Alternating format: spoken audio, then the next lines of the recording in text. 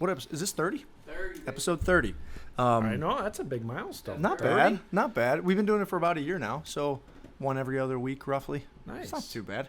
You got the lay of the land going, right? I do. So I'm only once a month. Okay. Yeah, so we got to work our way up to. We're still working out the kinks and stuff. Yeah, But yeah. I love doing it. I have fun doing it. Same thing. Nothing scripted. We just kind of just jump in and we go off on tangents. Yeah. Just like everybody's all over the map. So We've had a few of those, Noah. A few tangents. I think those are the best way to do Those it. are the best way to do And it. you're like, what are you even talking about? But, Well, we've got the blessing of having Mayor Land, Pete Land. Pete, yeah. What number mayor are you of the city of Crown Point? 13th. 13th mayor. Yeah. So That's when it. I found that out, I'm like, there's no way. Crown Point's we've been around since like the mid 1800s. I mean, so we didn't become a city until 1911. Oh, okay. So then the city has mayors. So That's pretty good though. Still, I mean, 13 in 13th. 112 years, right? more, yeah, a lot of years. Yeah. Yeah.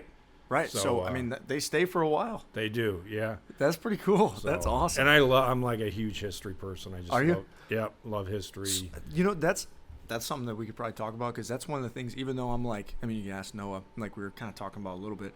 Even though I'm in love with the city, I don't know nearly as much of the history as I should. But yeah, I mean the history is fascinating, and I love learning all that stuff. That's cool. Yeah, So, like I was saying, I definitely want to make this. I want to know more about your story because I think one of my favorite things to learn about is people's background, like where you come from, how you got to this point, how you've been able to achieve what you've been able to achieve, and also what you've gone through. I think it brings a lot of context, and also I think it's just I just love hearing people's stories. So, are you originally from Northwest Indiana? Yeah, so Okay. I've went to high school here. In fact, I grew up, lived here my whole life. Grew up on South Court Street. It was right next door to the old homestead. It's a parking lot now with the church, but that was my family home growing up. So Really? Okay. big 8 kids, that Irish Catholic family. Yep. So yeah, I've lived here my whole life. I remember coming up to the square was like a huge deal. Really? When I was allowed to walk up to the square. Oh yeah, coming to the square was, couldn't talk to my brothers because they were up here but didn't want to acknowledge the little brother.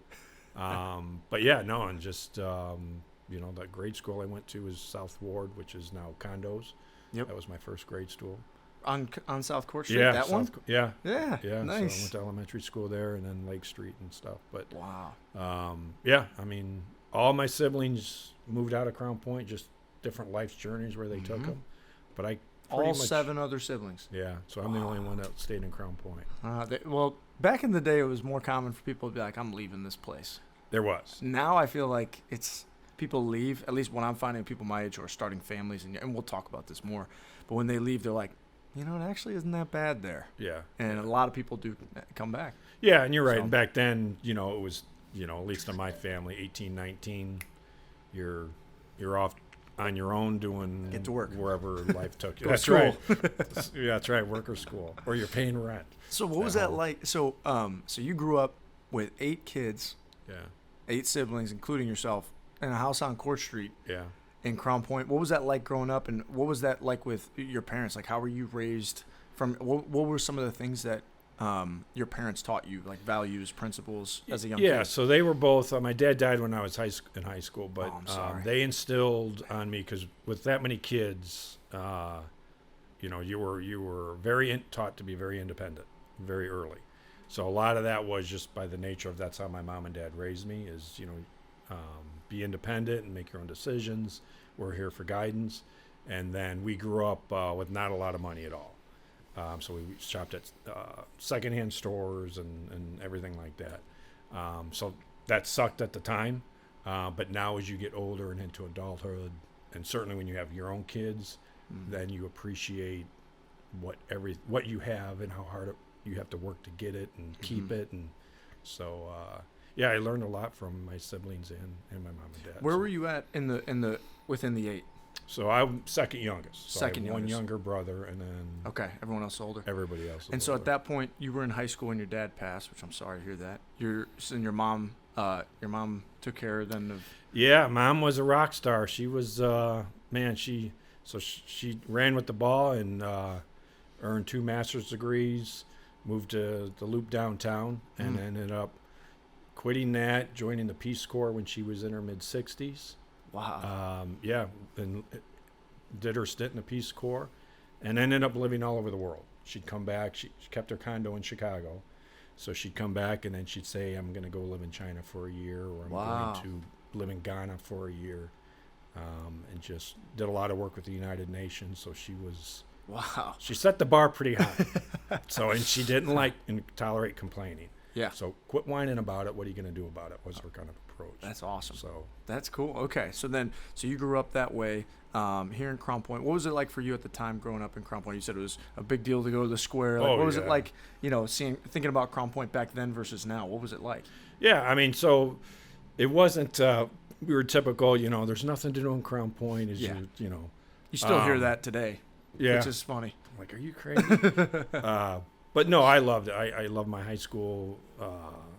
All through high school, I went to Taft. Same building? Yeah. Well, Not anymore. Well, they're in the process. in the but process of yes. yeah. It's got to be so cool for you to see all this happening and to be involved in all of this happening. Yeah. Anyway, but Yeah. that's cool. But no, I had a blessed childhood, and then went to Valpo Yep. in college. Cool. And I was just saying, I chose that because my grandfather graduated from the very first VU law Oh, school. wow. Okay. So that was my, I'll go to undergrad there, and then it'll help me get into law school there. And so you were thinking about being an attorney? Yeah. Wow. Okay. My two uncles, they both live in California. They're lawyers out there. Nice. So I thought, yeah, that would be.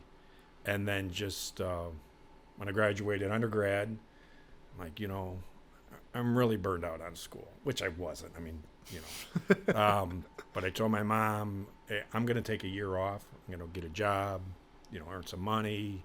I'll go back to school. And just my mom being my mom in education, and she's like, do not do that. She knows you're not going back. Right. Don't be an idiot. But I did anyway. So applied for the police department here. Because I majored in criminal justice. Yeah. So part of that was, you need to start applying to different places that have like a process, so you get used to being in interviews and how to handle yourself. So a group of my friends applied here, and the police chief called me after the process was over and offered me the job. And I said, well, I'm actually still in undergrad school here at Valpo. So he said, I'll hold the job for you. You let me know if you want it when you graduate. Yes or no? So I said, yeah, I'll take the job. And Wow. that was in 1988.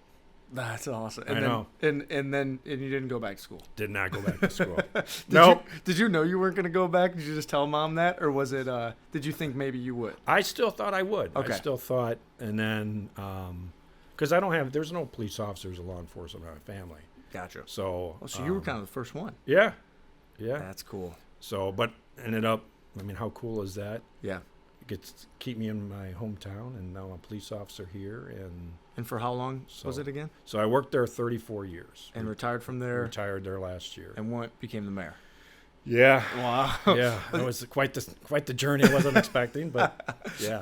It's funny. Oddly enough, I have a similar story with college, because when I graduated from Crown Point High School, and at the time, I mean, I had good grades. I was in tough classes, all that. But I just started learning more about like the business world at the time. And I remember I went down to IU in Bloomington. And I told my mom, I was like, I remember telling because my mom was the one who really wanted me to get my degree, because I was the first one. I would have been the Yeah. first one in our family. That'd be a big deal. And to my mom, it was. Yeah. And my mom sounds a lot like your mom, very much like my mom is. From the time she wakes up to the time she goes to bed, she's go doing something, but she's also very much like a don't complain. Yeah. There's no entitlement here. But I remember calling my mom. I was like, all right. I knew I wasn't going to go back after studying what I did about real estate and about business. I was like, Yeah. I don't want to be here. But I was like, Mom, I can take a year off, and if I want to go back, I can go right back. Just let me try. Yeah. And she was like, she didn't say you weren't going back, but she was like, it was okay, all right. And 10 years later, here we are. I don't think I'm going back. Yeah. Not at this point, but Moms are pretty smart. moms, it's intuitiveness. Like my wife too. She's got, we have 2 kids now, and my wife just has that natural mom sense. Mhm. That intuition of a mother's intuition is next level. Yeah. Next level. My wife has literally never been wrong. And like I can't think of a time that there's been her intuition has been like, no, you shouldn't do that. Yes, you should. No, you should. Yeah. There's not one time I can think she's been wrong. So, Wow. but anyway, That's impressive. that's just a And a very nice thing to say, by the way. She doesn't listen to this, so Oh, no, okay. No. I don't want her good, to though. know that. No. Right. So 34 years Yeah. as a police officer, and then you were police chief for a while too, Yeah, right? 17 years. 17. So half your career police chief. Yeah, so I was chief first in '02. Mayor Mitros appointed me as chief. So his Wow. term, and then Mayor Klein came in, and Yep. then Dave had put me in. He came in office in 2008 and put me in as part of him coming in office, and he put me back in. So as how police was your chief. career in the law enforcement space? I mean, that's probably a whole separate podcast we could do just about law enforcement and the way that's changed and how it, because that's a whole different animal It's these definitely days. changed, yeah. But how was your career in Crown Point in that space? I mean, was it really back in the day? Was it pretty quiet and pretty relaxed? Oh, Was it busy? Is it always busy? What was it like? I mean, it's busier than people think, but yeah, back in the days, we say, we'd have 2 officers working at a time. There's how many now? Yeah, Isn't so there like- now I think there's 9 officers in patrol per shift. Per shift. Okay. So if nobody's off or training or on vacation, you could have 9 officers working Okay. at a time. Got it. But there was 2 back in the day. Yeah, when we started, there was 2. Wow. My first car I drove was a Plymouth Grand Fury. We had pool cars or shared cars at the time, so they would maybe last a year because they were constantly running. Yeah. You'd get off shift, give it to the next person. Wow. They'd get off, give it to the next person. So, but one of the good things, and I didn't know it when I was working in the career, but your career comes to an end.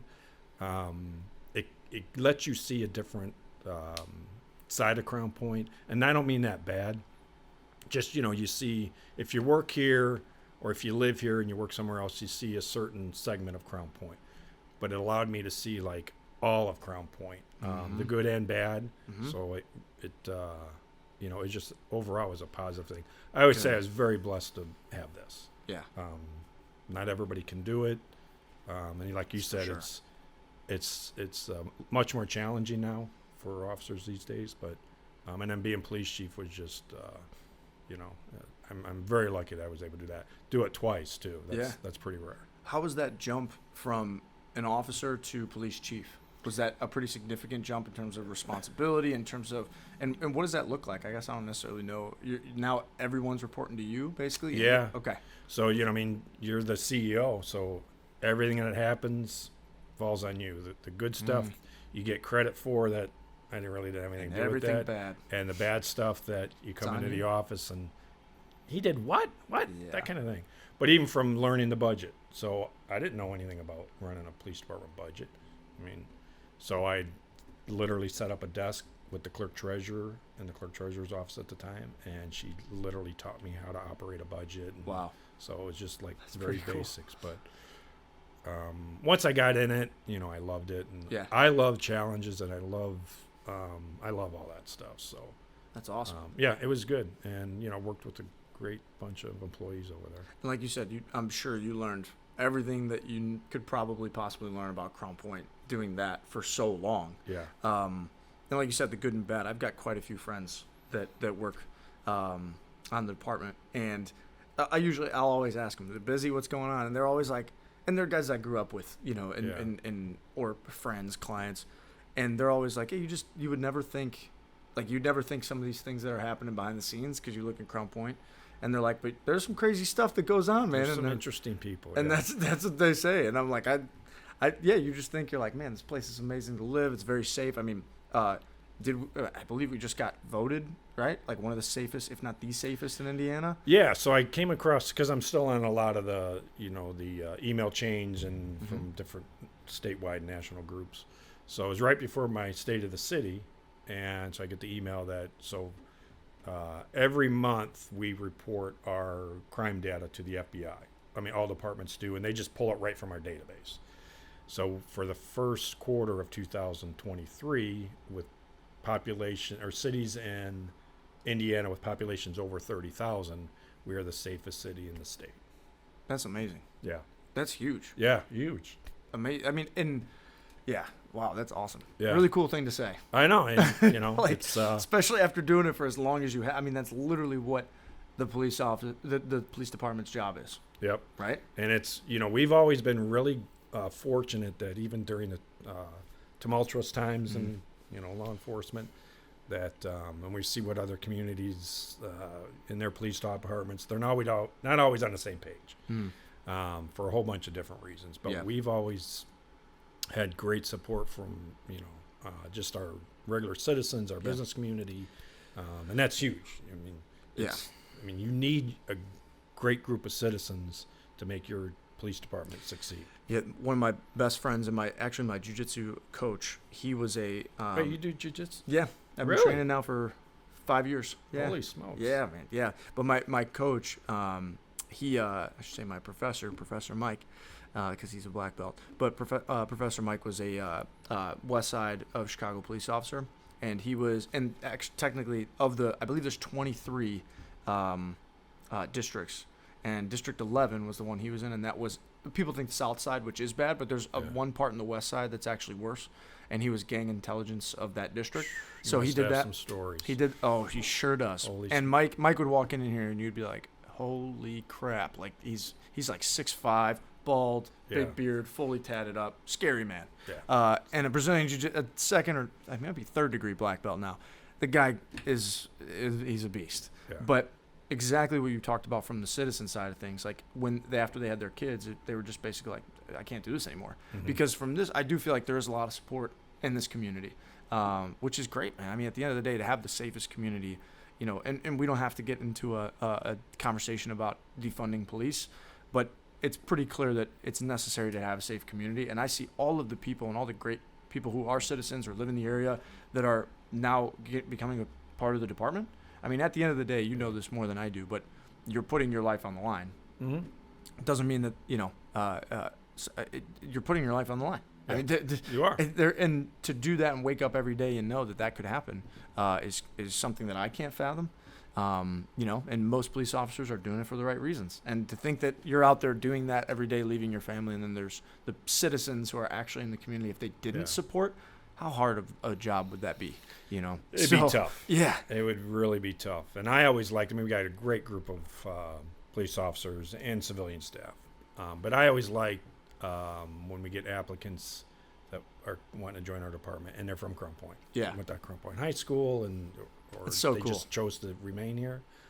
That's like a little extra bonus that, on their two hired. Same thing too on the fire department side. I feel like I'm seeing a lot of fire department people who are from here, like people around my age. I'm like, I went to school with them. And it's so cool to see. It's like they're staying here, building families here, and making it even better. So let's talk about your transition into mayor. So how did that even happen? Did you say, hey, I'm interested, or did Mayor Uran come to you? How did this happen? So I always thought, obviously everybody has their personal beliefs, but as police chief, you can have those, but those stay outside. When you're in the office and when you're at the police department, you work as hard for everybody, whether they line up with your ideology or not. So I was always politically neutral. So I knew I was going to retire. So I had filed my retirement paperwork. Wow. 3 years ago.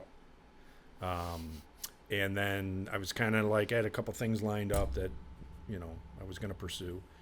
And then, boom, Dave shocked the world that, hey, by the way, I'm leaving for this, and I don't blame him. Yeah, I did a fantastic job as mayor. He did. So then the thought turned to, well, who's going to replace Dave? And I had about 3 weeks to go to my retirement, and then just through conversations but initially when it was brought to me about would you be interested in pursuing, initially I said no. And that was just my knee-jerk reaction is, I'm not in the political world. I dealt with it as chief, but it's just not. And then the more I thought about it, and I don't do anything without thinking and rethinking and rethinking, because I wouldn't want to do it for the wrong reason. There's too much to do, too much at stake. You owe it to not only the citizen, but the department heads. And so I thought about it, and then once I reached the conclusion that I would like to do it, I had to be where I just wouldn't be satisfied with serving out what would be Dave's term, which was about 1.5 years. I would have to be in a commitment beyond that. If you're going to do it, anything you do is everything you do. Yep. Kind of, yeah. Exactly. So thought about it more, and just decided, you know what, I really want to do this. Wow. So just took a leap of faith and had a lot of good advice from people, and just kind of worked out my way. So That's and I'm very blessed. Yeah. Keeps me in my hometown. So now was police chief for many years for my hometown. to mayor. And now I'm mayor. Wow. So That's so cool. it's super cool. Do you got a family, kids? Yeah, so I got 3 boys. 2 of them are still in Crown Point. One Nice. he's 31. He's a oral surgeon in the Air Force. So Nice. he's out in Nebraska doing his Wow. oral surgeon stuff. That's yeah. awesome. Yeah. So was this decision like a family decision, or was it more so like, hey, I feel like this is what's best for me? How'd that go? So yeah, it was a collective discussion, and my one son, who he actually works for the city, he's 22. So I just thought, well, what do you think? But it was something I had to make sure I wanted it, and I just wasn't going to leap at it. Yeah. But no, and I'm like I said, I hear one of my mom's saying was, God has a plan. God has a plan. So this must be his plan. Amen. I completely agree with that. And so at this point, you've seen Crown Point your whole life. You've seen everything that's changed here. I mean, I've been here. I'm 28, so I've been here my whole life, and I feel like I've seen a lot change, specifically over the last 5 years. Heck yeah. But what would you say is like what would you say is the biggest change that you've seen here for the area? Like, Yeah, for the area. I mean, obviously, it's the growth. yeah, So, and when we talk about it, I always am like, I totally understand it, because from my childhood to my professional police department, Crown Point has grown tremendously. So you want to have growth, you need growth, but you want controlled and the right kind of growth. sure. So when I always talk about, so you at home, we talk about growth, think of your own life, and how much more do you pay today than you did a year ago, or did you pay 2 years ago? Pay a lot more for stuff. Now you put a $49 million budget the city has. You can imagine our bills go up tremendously. So we need growth to get more revenue in. Yeah. So we don't have to raise taxes at all. But we're fortunate that we don't have to just jump at and accept any kind of growth that's thrown our way. Yeah. So we're in a really good position. Yeah. So I think the city's done a really good job of, welcoming it but controlling it. I would agree. And so there's 2 parts to this, right? There, as a young family father with kids and business owner, I like to see the growth because I want things to do. Like our people in our age demographic, if we're gonna live not in a city, we want things to do. We want access to stuff, good schools. Right now, that's all, of course, stuff I'm thinking about. When you look at Crown Point with the schools, that was probably the main thing that has attracted so many people to the area, the growth-wise. Yeah. Then once people got here, they're like, well, we need more places to eat. We need more things to go, or places to go and things to do. And you see that happening now with the square over the last 5-6 years. All the restaurants here and great stuff that's here, and even all that growth I feel like has been very steady and very, very solid, because everyone with our business, I see it every day. People who are from Cherville that want to move to Crown Point, people that are from Hebron that want to move to Crown Point, DeMott to Crown Point, people from the region who are like, we want to go to Crown Point. Yep. Because most of them, it's the family aspect of things, right? Schools, kids, stuff to do downtown. When you look at Lake County, you look at the Chervilles and St. John's of the world, great places, beautiful homes, but you got 41. You know what I mean? It's not like there's necessarily a bunch of character to that. You come to Crown Point and you're like, wow, there's this character, there's this feel, this old school downtown feel, there's stuff to do. All of that the case, like you said, we've got a lot of growth. Mm-hmm. But you also have people who've been here for many, many years who don't like to see it. That's true. At all. So what is it? What is the city's I think you kind of gave me a little bit, but the city's mindset with all of this growth that people do want to come here, what is the city doing to maintain as much of the small town feel as we can of Crown Point, while still keeping in mind that young families and younger people do want things to do, places to go, live, shop, eat, hang out, entertain local, right, for their kids and for their families. How are you kind of countering that and, like you said, controlling it to where it is productive, but not too much and overbearing? How are you guys doing that? And I really do get the concerns with some people that, I like Crown Point how it is, and I don't want it to grow anymore. Mm-hmm. So I get that, but I do too. I understand it. But that's not really 100% realistic. So my three things I always tout is, the three priorities are, one is infrastructure. Everything starts with infrastructure. You can have the best plans and hopeful plans and proposed developments, but if you do not have that infrastructure, none of that's going to happen. You're talking storm sewers, roads. The stuff that disrupts people's lives while we're doing it. So like last year, we just completed a $19 million upgrade or enhancement to our water utilities, right? This year and for the next several years, we're doing a similar type with our wastewater facilities. So that's super. It's going down like 9 Mile area. Wait, is it a new sewer system, like main plant? I think I heard something. Yeah, like that. So we're building a second plant that'll be out east. That's a big deal. That's a huge. Deal. We have about 45 acres that actually donated to us. Wow. Out from east just a city. Citizen. Yeah, there's one person that owns all of it. Donated it. Mm-hmm. Wow. Yeah. So that it's but you have to think years ahead. Yeah. It'd be easiest not to do anything, and cheaper. Yeah. But it's not, if we want to keep Crown Point in the right path. Mm-hmm. We got to do. Where east is our it? Infrastructure. Are you able to say where it's at? East or no? Or not really? It's just east of the city. East of the city. Keep it simple. Yeah, okay. Right now, it's in the middle of nowhere. Okay, cool. Yeah. And the thought is, like you said, number one, infrastructure. Because if you're growing, and you don't have the infrastructure, that's a problem.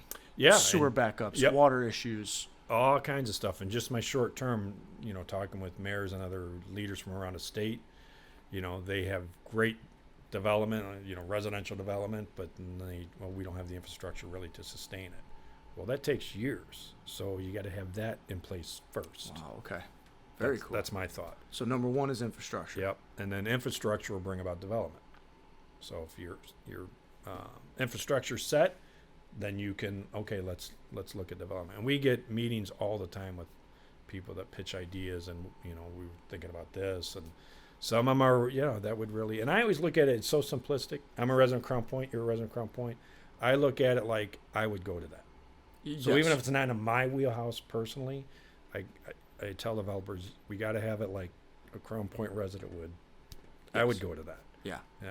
And that's kind of what we're looking for. Okay. So the infrastructure, then the development, which brings in revenue. Yep. Which then no taxes have to be raised. Yep. And we take that money, put it back into our infrastructure, and we do the first two so we can have great amenities.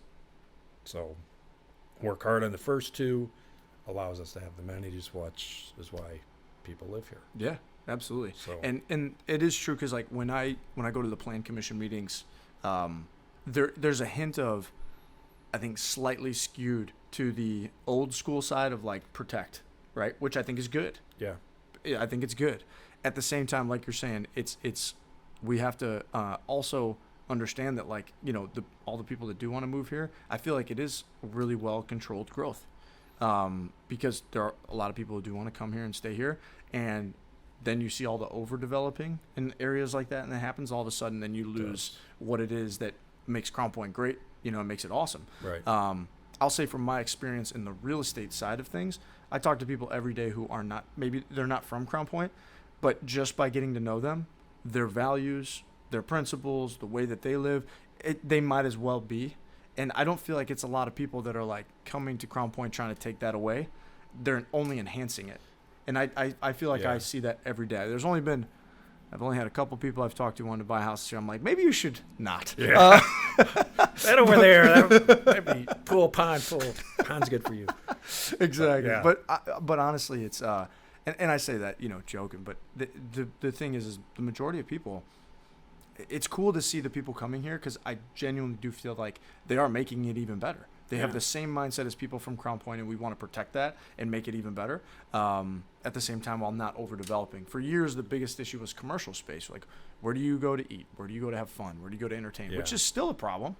It's much better now, but it's still something that there's gaps and voids to be filled as we add more residents. So, I mean, you can look at the square. I mean, years ago when I was on, everybody complained. It's either a bar or an antique store on the square. Nobody wants to go to the square because that's all there is. We have no nice restaurants. We had one Chicago's, but seemingly there's nothing to do on the square. So just over the years, transition a lot of money. Yeah. The infrastructure, and we had the whole square torn up. Then they had division. Let's do the bump outs. Let's do the expanded sidewalks because everybody loves outdoor seating. And then what did that do? That brought people to the square, and that brought these businesses and new restaurants, and what everybody was saying we were missing are now here.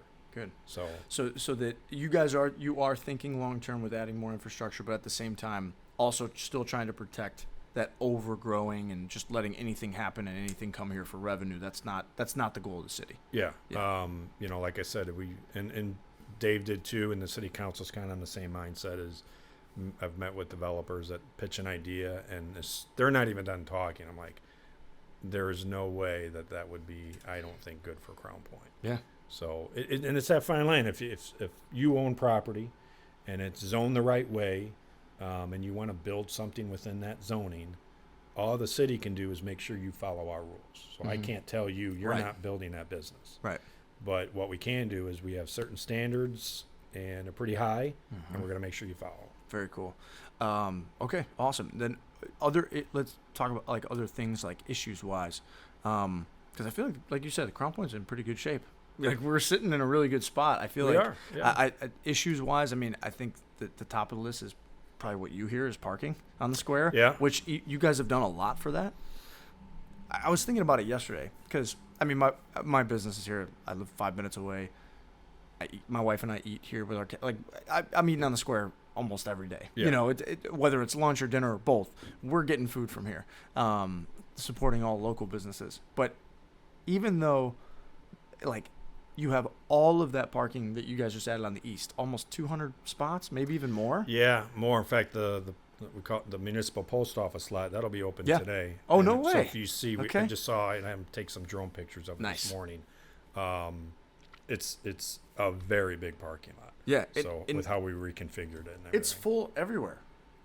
Yeah. And this is a good problem.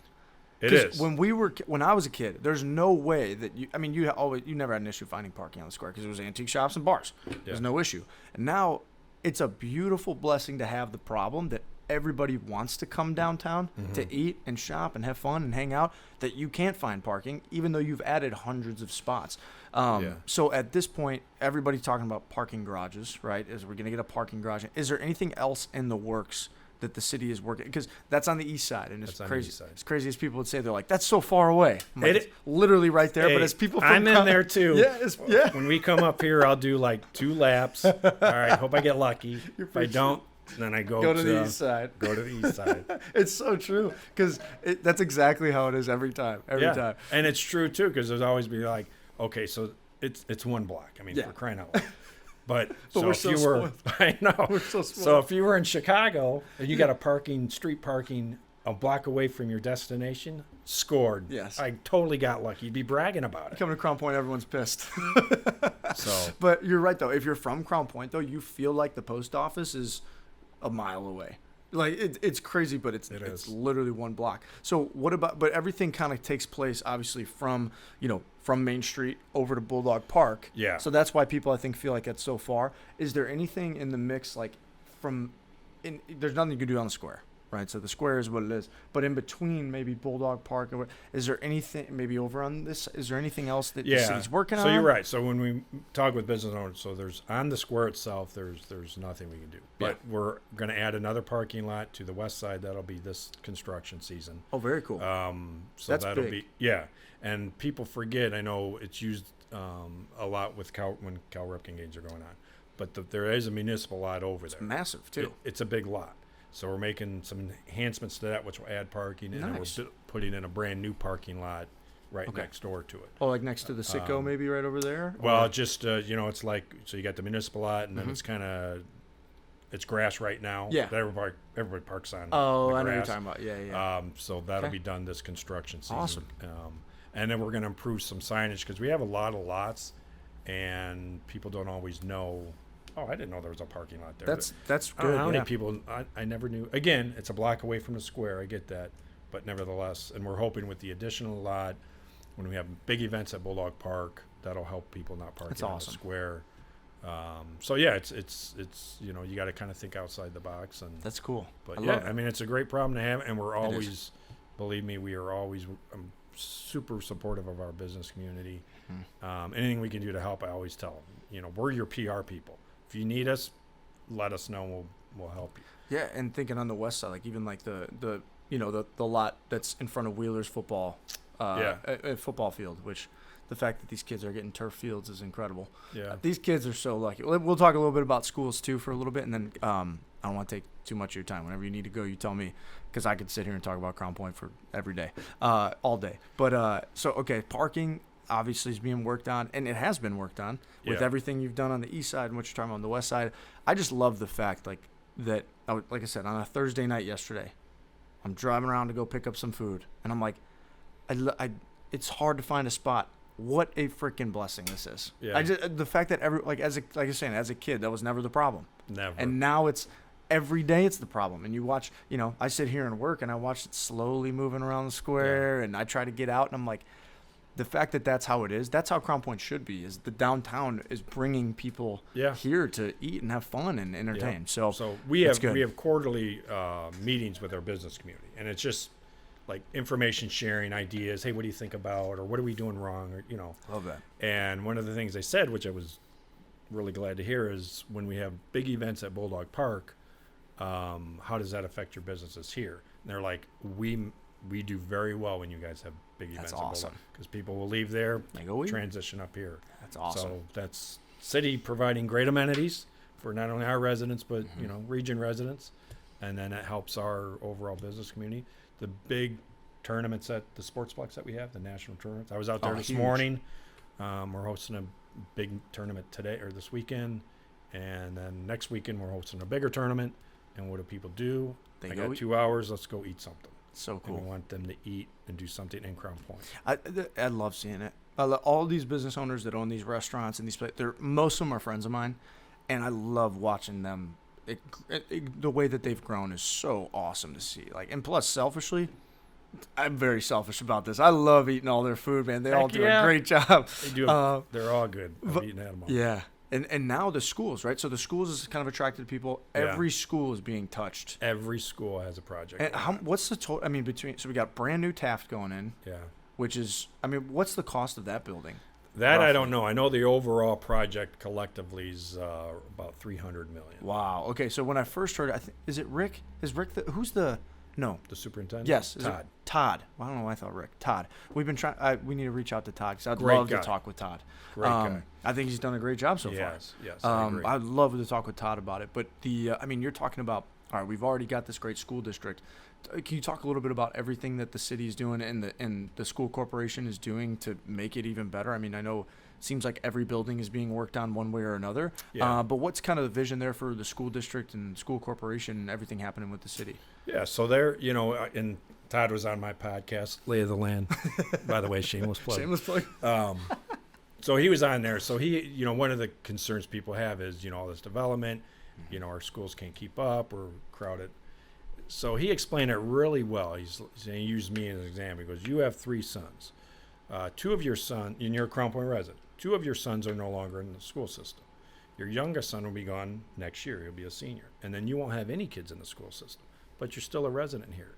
So now family A moves in, they might have 1 or 2 kids in the school system. So we actually have less kids on one household.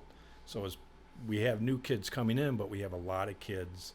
They're home. They're still going to be, families are going to be residents, but they're not going to have kids in the school system. Right. So he goes, as far as overcrowding, that is not the case. I know that's Cool. a misconception. And he explains it a lot better than I just did. Yeah. But when he was talking about it, I'm like, that actually, I never thought of it like Well, yeah, because it's not like, there's houses going up, but it's not like there's a significant amount of houses that are overbearing this city. I mean, that when you really think about, like, I talk to people every day, and they're like, well, we're looking for, 4-bed, 2-bed, what this, and I'm like, well, there's really not much to pick from. Even though there's houses being built, there's Yeah. not too much to pick from. So it's not like we're adding so many thousands and thousands and thousands of houses that are flooding the districts. But like you said, at the same time, people are leaving. Yeah. Kids are getting out. And the corporation's leadership team, Todd, and the school board, and they're smart on. We're okay right now, but we have an opportunity to make some enhancements to our existing schools, build a new school, because they're thinking 5, 10, 20 years down the road. And I mean, so they're cool. very smart. And the city and the school corp, we have a great communication relationship. And to think all this stuff's going to be new.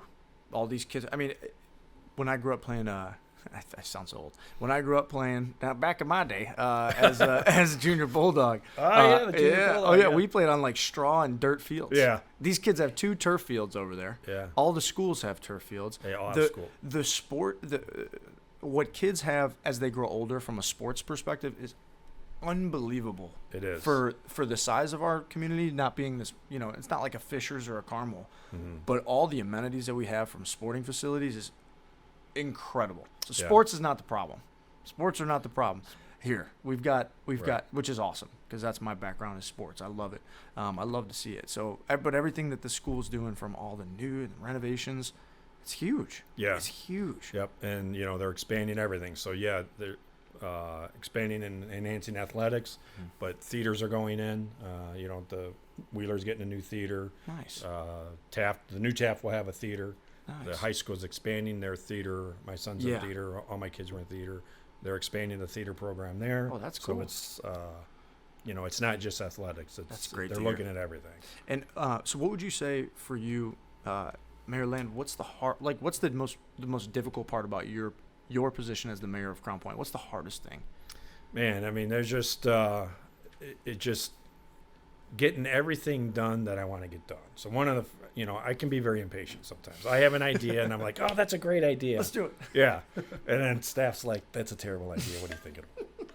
But it's because everything takes so long to achieve. So these projects we're working on now, like, for example, I was out at the Sauerman site yesterday with our Which staff is and awesome. our engineers and so forth. Huge. It's going to be, it's going to be great.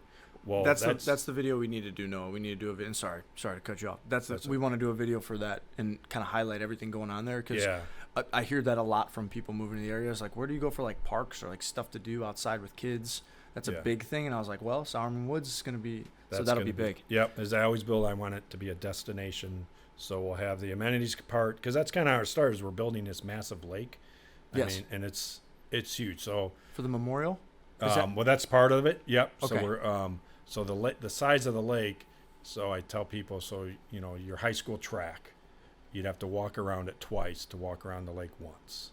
That's how big it's going to be. Wow, that's huge. So, so we're partnering with our veterans group, and we're going to put a 9-foot wide lit walking path around the lake. So nice. And then they're going to be building and creating different monument around the lake, so you can walk around it. World War I, World War II, with Lake County or Crown Point components to it. So that's awesome. It's very exciting. And then like I said, our amenities, new playground equipment, a lot of green space, just like picnic benches, and come and have a picnic and enjoy Sauerman's. That's what I envision. That's awesome. Yeah. So there's a lot to maintain as far as like the hard part about your job is there's so much going on and new ideas that you want to implement, but there's so many things that take a long time to implement anything that you want. Especially when you're looking, we're pretty aggressive with outside funding. So, I mean, that won't be done because we're doing, NDOT's doing some road improvements at 231 right there. So is there going to be a roundabout there? Yeah. So NDOT's going to be putting in a big roundabout. That'll actually be the main entrance to the park once the roundabout's done. But that's 2025. Gotcha. That's so cool, though. Well, it's perfect. My son will be 2. That'll be fun. See how it works out for you? Selfish. No, but that's great. Yeah. No, that's fun. My daughter will be 4. No, that's awesome. And then what about what's your vision for the city? Okay, so we've got you said you didn't want to come in here and just do this for a year and a half. Yeah. Right? So for you, do you have a timeline in mind? You want to be in this spot, but also what's your thought for the city over the next, and what's the city's vision over the next 10, 15, 20 years? What is it that they're trying to, that we're trying to do with the city and you guys are trying to do? Yeah, I mean, that's a great point. And so I would like to just basically, I want to keep it on the path that we're on. because you're so right, and I say this all the time, is it's hard to explain, but we still have that small town Crown Point feel.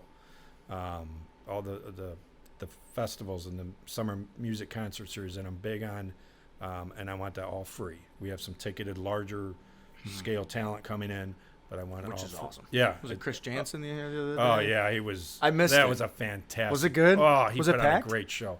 Packed. Dang, I'm So- I told my wife, if our son wasn't 4 weeks old, my Yeah. wife and I were like, dang, that would have been cool to go to. He did a very, and I love country music, but Yeah. he did a great job. And then Good. July 6th, we got Elle King coming yeah, in, yeah. and she's Rob we got- Schneider's daughter. I didn't know that till Did they. you know- Yeah, I Rob remember- Schneider's did you know daughter. that? You know the X's and O's girl? Like that's the name of the song. It's like you know the song if you heard it. It was Yeah. huge. But now she's doing a lot more like country / Christian type of music too. But anyway, Yeah, so she, I think that's sold out. So that's yeah, so cool. because I'm big on let's try and get different stuff at Bulldog Park because everybody likes something different. Yeah. So from these larger scale, Hometown Jams has been a great partner to our Smart. Always Summer Concert Series, which we have local and regional bands. And then just like, Wine and Canvas, we partner with the Y for yoga in the park. That's cool. Library uses it for movie night, which is hugely we popular. run all of our client appreciation events there. Oh, So we nice. did like last year, actually a year ago this week, we did our first client appreciation event there, and we had like Fantastic. 500 people. It's perfect. Like Bulldog Park is amazing. Yeah, You guys and are that's- utilizing it. The Yeah, way that, that's the amenities part is, there's something going on every weekend there. yeah. You That's know, awesome. you got to have different stuff because people like different things. Yeah. But yeah. But vision wise, long term, what do you think? Yes, I just want Maintaining it. I want to maintain it. I tell people I'm just like everybody. I'm super protective of Crown Point, so I want to It's a good keep way it to explain it. on its right path. But I want to do everything we have to do to keep that hometown charm and small town vibe. The way when you said protect it. If my wife was here, she'd just be like rolling her eyes, like, because it's so funny, man. Like, there's a song. You talk about country music. Morgan Wallen has a song called "More Than My Hometown," and basically, and the words are basically like he's telling this girl he can't love her more than he loves his hometown. Yeah. And my wife heard that song the first time. She's like, "This is you." Like it's just like you're so annoying about Crown Point, but I really do love this city, man. Yeah. 'Cause especially now, like. Again, earlier on, 5 years ago, I used to say, like, I'm born and raised here, and I used to almost be, like, embarrassed about it. Mm-hmm. And I don't know if it's because when COVID changed, I became a lot more grateful to live here. And when COVID changed the world, I just became thankful to live in an area in a community like this. I was never so thankful to live in Indiana, but also, like, also having a family and just being, like, that's the focus for us, right? It's, like, the family side of things, being here just with the everyday person. And I love that about Northwest Indiana and about Crown Point. It's the everyday person who's, who just wants to do good and be good. And I'm so very protective of this place, man. Yeah. I love what you guys are doing. I'm so grateful to live here more than ever. Than a few years back, it was a lot different. And I still loved it. I still felt the same way. Yeah. And now it's like, man, it's cool to see the positive, slow, maintainable growth and what they're doing and what you guys are doing. I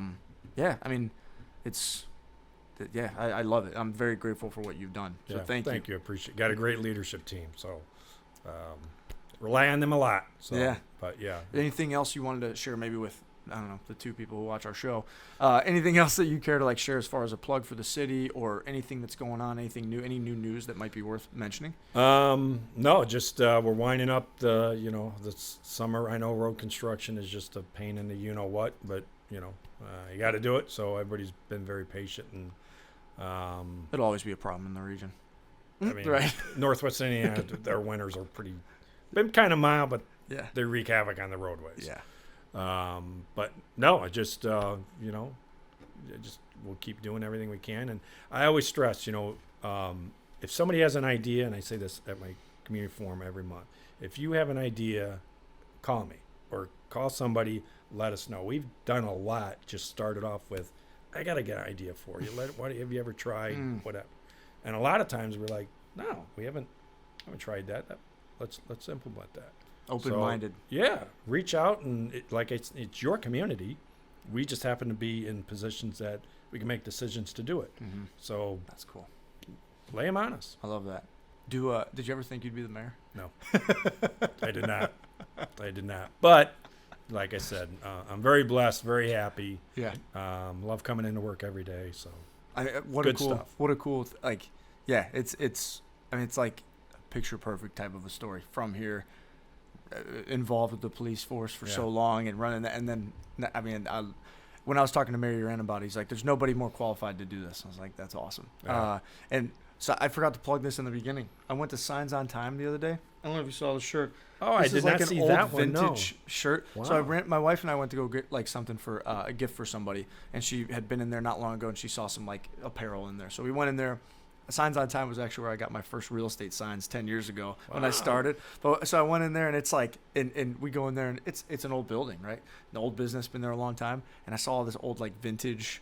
Like I got a shirt again as a Crown Point geek. There's these two like vintage hats that I got that are like old Crown Point, and I got this old vintage polo. Wow. My wife again, she's like making fun of me, but I've it's never like seen that. old Crown Point court. This is the only one there. Really? They had like just like a shelf of like old hats and clothes and stuff. Oh, I'll have and to I check got that I out. got like 3 shirts and 2 old vintage hats, and they're all like gotta be like 20, 30 years old. I was super proud of this polo because I feel like I look like my dad when I was growing up. Like my dad wore polos like this, but now it's got the old courthouse on Yeah. it. Anyway, You can wear it on date night when you take. there you go. take Yeah, your my out. wife, my wife will love She'll that. say, "Go change." Mayor Land, thank you so much for being here. Fantastic, man. Really Thanks for appreciate having it. me. Yeah. Great time. No, you did fantastic. We'll see how the final product goes. Yeah. Oh, that VU education. That, Class of 1988. What's your class? 22. Oh, yeah, last a little year. bit. Little bit. longer, yeah. But, Well, thank you guys for watching. Like, subscribe, all that stuff helps us, and appreciate it. Thank you.